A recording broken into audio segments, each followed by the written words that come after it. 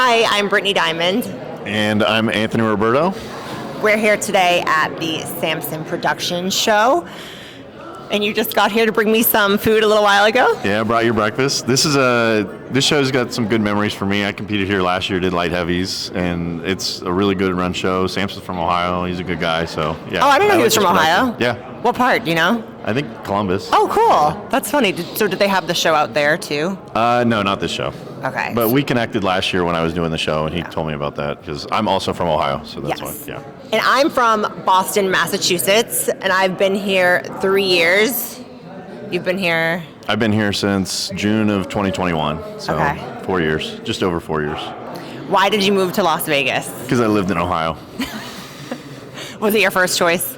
The Southwest was my choice, and it's kind of wherever I got job interviews, and ended up in Las Vegas, and I'm glad I'm here because I wouldn't have met you, and Yeah. I wouldn't have met a lot of good people. I know, we're having our 2-year anniversary is tomorrow, and Vegas is the last place I ever thought I'd live, and I'm actually 4 days out from the Amateur Olympia, and I think this is a good time to bring it up. So I'm a professional strongwoman, won strongest woman in the world in 2017, and then got third 2 other years consecutively.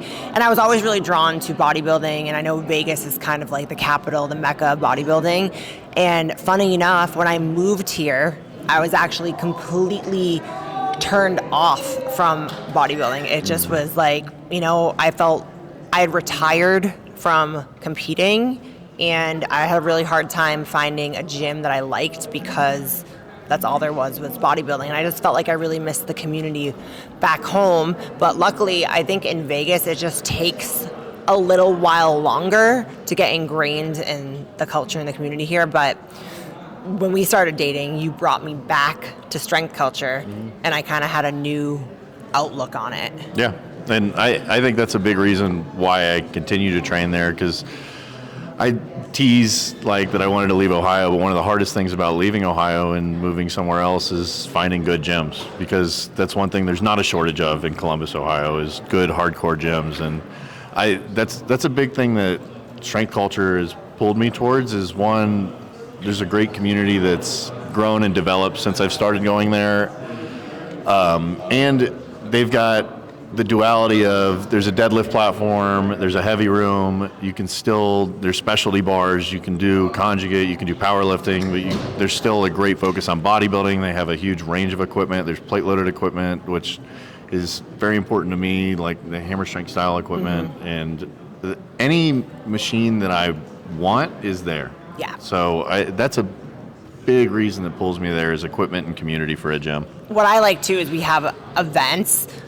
And like, for example, a few weeks ago, we had the meetup at Live Beach, the pool party. And we'll have anywhere from someone that's like a 22-year-old influencer to like a 65-year-old that still is looking hot. And we all work out there, and it's just like one big family. But no, I'm happy you brought me back there. And yeah, and then you started coaching me about a year into our relationship when I decided to I think being back at strength culture, just being immersed and having more friends competing, I was like, maybe I could give it a try. But do you remember what I said my number one priority was?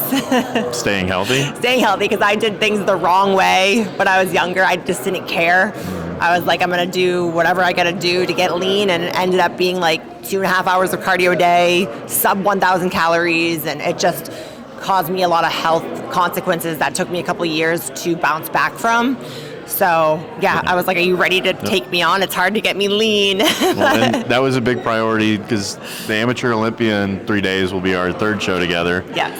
And this prep was a little more, all right, let's see how far we can take it. Because those first 2 shows were, let's stay healthy. And that's still our number one priority. But there's a difference between let's stay healthy and do a local show versus let's stay healthy and get as lean as possible to do the Amateur O. Yes. And it was going from dipping your toes in and realizing that you can do bodybuilding in a way that's not so detrimental and so cookie cutter, because I think a lot of people think that there's a difference between suffering and doing things that just aren't good for you. Yeah. And I think that's a really important distinction for people to experience, because a lot of people's first preps and first shows is poverty calories, a ton of cardio, losing muscle tissue, and it's a weight loss prep versus a bodybuilding prep. Yeah. And I think that's been our biggest priority, is how can we keep training high? How can we keep muscle tissue held onto and get as lean as possible while still staying functional and athletic? Yeah. So, I think the biggest thing I learned, and living in Vegas too, there's so many different things. And before, my mindset when I was an athlete was like just tunnel vision. Like if I want something, I am going to get it. And I usually am so focused that it actually harms me in other areas because I really, really isolate myself. Like I almost when I was younger would become like a monk. Like if I didn't do a mental movie rehearsing what my competition was going to look like every day, multiple times a day, I felt like I failed, where you kind of have taught me like you need to chill out a little bit. And I would say, I'm in my 30s now, so compared to when I was in my 20s, like I have less ego. We did like 6 weeks out, I did like bikini bull riding at Stoney's, which is a local country bar here in Vegas. And then what else have we done? I don't know. I can't remember. I have a prep brain. You tell me what else have we done the last few weeks? We'll do concerts a few weeks out. We stay active. Keep our social lives active. We go to the pool almost every weekend and like find ways to still have fun and make time for each other. Yeah. And make time for our community so that it's not just locked in a dungeon. Because I joke, that's one of the reasons why like you're one of the easiest people to coach, because most of the time I'm trying to pull back on the reins versus trying to encourage someone to do their cardio. Like that's not the problem. The problem is trying to get you to rest, and that makes it a lot easier to coach someone. You're a very high-level executor.